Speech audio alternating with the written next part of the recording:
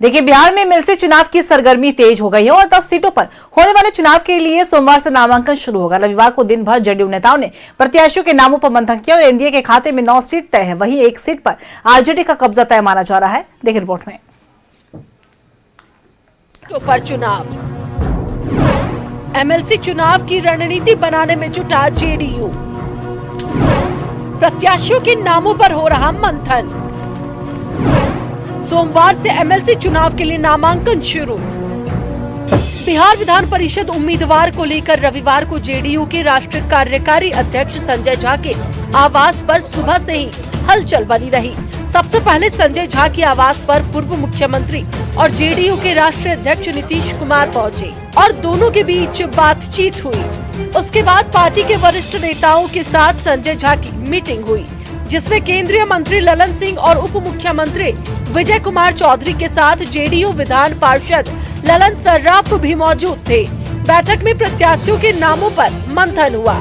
JDU की बैठक पर तंज कसते हुए कांग्रेस ने कहा कि बीजेपी जेडीयू को खत्म करने पर तुली हुई है। भारतीय जनता पार्टी के आगोश में आने के बाद जनता दल यूनाइटेड का ये दूसरा विधान परिषद का चुनाव होगा और पहले चुनाव में उन्हें मुंह की खानी पड़ी है। अब देखिए भारतीय जनता पार्टी के साथ रहने पे उनका भविष्य क्या होता है। कांग्रेस के तंज पर बीजेपी और जेडीयू ने पलटवार किया है। सत्ता पक्ष के नेताओं ने कहा कि दूसरे के घर में ताक झांक करने के बजाय महागठबंधन अपने घर की चिंता करे।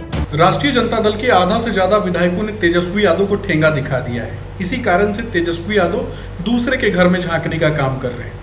तेजस्वी यादव एनडीए गठबंधन के अंतर्गत आने वाले दलों के अंदर झांकने के बजाय अपनी जेब में हाथ डाल के देखेंगे तो उनको पता चल जाएगा कि उनके 25 विधायक जो हैं वो अब उनके नहीं रहे। जनता दल यूनाइटेड आम जनताओं के खून और पसीने से बनी हुई पार्टी है। इसकी चिंता बिहार की जनता कर रही है। राजद के लोगों को जनता दल यूनाइटेड के अंदर होने वाले सामंजस्य या तालमेल की चिंता नहीं करनी चाहिए। उन्हें हमारी इस बात की चिंता करनी चाहिए कि एकमात्र विधान परिषद की सीट पर वह अपने सहयोगी की पार्टी के प्रत्याशी को भेजेंगे या अपने परिवार के किसी सदस्य को भेजेंगे। सोमवार से एमएलसी चुनाव के लिए नामांकन शुरू हो जाएगा, जो 8 जून तक चलेगा। एनडीए को 9 सीट मिलना तय है। स्वास्थ्य मंत्री निशांत कुमार और पंचायती राज मंत्री दीपक प्रकाश का विधान परिषद जाना पक्का है। बाकी 7 सीटों पर एनडीए की तरफ से कौन कौन उम्मीदवार होगा, इस पर सस्पेंस बरकरार है। पटना से न्यूज़ 11 भारत के लिए रोहित की रिपोर्ट।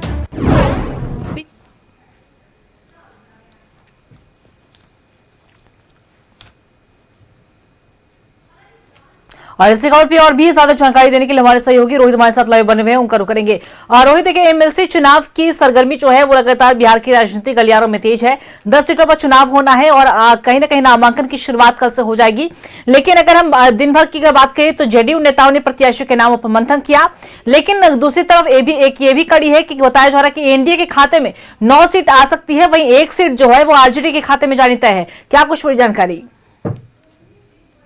बिल्कुल अंकिता, देखिए बिहार विधान परिषद के चुनाव का बिगुल बज चुका है और कल यानी 1 तारीख से जो नामांकन की प्रक्रिया है वो शुरू हो जाएगी और 8 तारीख तक जो नामांकन है वो चलना है और नामांकन वापस लेने का जो तारीख है वो 11 तारीख तक रखा गया।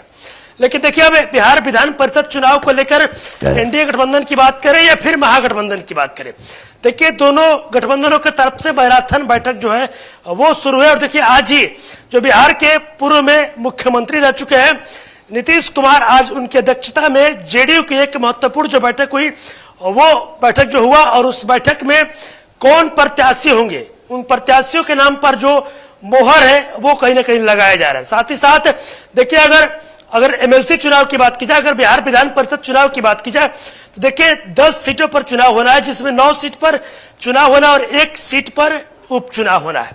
देखिए संख्या बल के आधार पर एमएलसी का जो चुनाव है वो होता है। अगर संख्या बल के आधार पर देखा जाए तो सीधे तौर पर 202 एनडीए गठबंधन का पूरे जो विधायकों की संख्या है वो है। और देखिए जो बिहार विधानसभा के जो सदस्य होंगे यानी कि जो विधायक होंगे वो इसमें वोटिंग करते हैं और विधायकों के द्वारा ही एमएलसीओ को चुना जाता है। तो सीधे तौर पर अगर देखा जाए तो देखिए 9 सीट जो है वो कहीं ना कहीं एनडीए के खाते में है, लेकिन 1 सीट पर महागठबंधन जो है वो अपनी दावेदारी करेगी और महागठबंधन को जीत मिल सकती है। हालांकि देखिए अब दोनों गठबंधनों की तरफ से मैराथन जो बैठक है वो चालू है। अब ये देखना होगा अगर संख्या बल के आधार पर अगर होता है तो क्या कुछ देखना होगा, क्योंकि संख्या बल के आधार पर अगर बात की जाए तो एनडीए गठबंधन की 202 विधायकों की जो संख्या है वो पूरे एनडीए गठबंधन की है। और अगर महागठबंधन की बात की जाए तो ओवरऑल सबको मिलाकर अगर बात की जाए तो महागठबंधन के पास सिर्फ और सिर्फ 41 विधायकों के साथ, और एक सीट एमएलसी का जीतने के लिए कम से कम 25 विधायकों का साथ होना जरूरी है। राजद के पास 25 है। और देखिए अब बिहार विधान परिषद चुनाव को लेकर अगर बात की जाए तो सत्ता पक्ष और विपक्ष की तरफ से आरोप और प्रत्यारोप का जो दौर है वो भी शुरू हो गया है। देखिए जहां एक तरफ जो सत्ता पक्ष के लोग हैं यानी कि बीजेपी के और जेडीयू के सीधे तौर पर नेताओं का कहना है कि तेजस्वी यादव पहले अपने घर में झांकेंगे तो उनको पता चलेगा कि जो उनके जो विधायक है, जो 25 विधायक है तेजस्वी यादव का, वो भी अब तेजस्वी यादव के पास नहीं रहे। लेकिन वहीं अगर विपक्ष की बात की जाए, अगर कांग्रेस की तरफ से बात की जाए तो कांग्रेस की तरफ से सीधे तौर पर कहा जा रहा है कि देखिए जो आरा बक्सर एमएलसी का जो चुनाव हुआ उसमें महागठबंधन को जीत मिली और एनडीए गठबंधन को हार का सामना करना पड़ा। तो सीधे तौर पर कांग्रेस का यह आरोप है कि जो बीजेपी है वो जेडीयू को समाप्त करना चाहती है। और देखिए सीएम सम्राट चौधरी के लिए भी एक बड़ा परीक्षा है, क्योंकि मुख्यमंत्री सम्राट चौधरी के बनने के बाद ये दूसरा जो चुनाव है वो होने जा रहा है। और पहला जो बिहार विधान परिषद का चुनाव हुआ उसमें एनडीए गठबंधन को हार का सामना करना पड़ा और जो महागठबंधन के प्रत्याशी थे उनको जीत मिली। और अगर अभी ये बात की जाए जो 10 सीटों पर जो चुनाव होना है, ये दूसरी बार जो चुनाव है वो होगा और सम्राट चौधरी जो मुख्यमंत्री है उनके अगुवाई में कहा जाए तो ये दूसरा जो बिहार विधान परिषद का चुनाव है वो होने जा रहा है। हालांकि अब देखना होगा कि संख्या बल के आधार पर 10 सीटों पर जो चुनाव होगा तो किसके पक्ष में क्या कुछ होता है। लेकिन देखिए मैराथन बैठक जो है वो दोनों गठबंधनों की तरफ से चालू है। आरोप और प्रत्यारोप का जो दौर है वो भी देखने को मिल रहा है। अंकिता, चलिए बिल्कुल, और अब देखने वाली बात होगी कि चुनाव में नतीजे क्या आते हैं। फिलहाल अपने तमाम जानकारी साझा की और रोहित, उसके लिए आपको बहुत बहुत शुक्रिया। लेकिन आप नजर बनाकर रखिएगा, अपडेट हम आपसे लेते रहेंगे।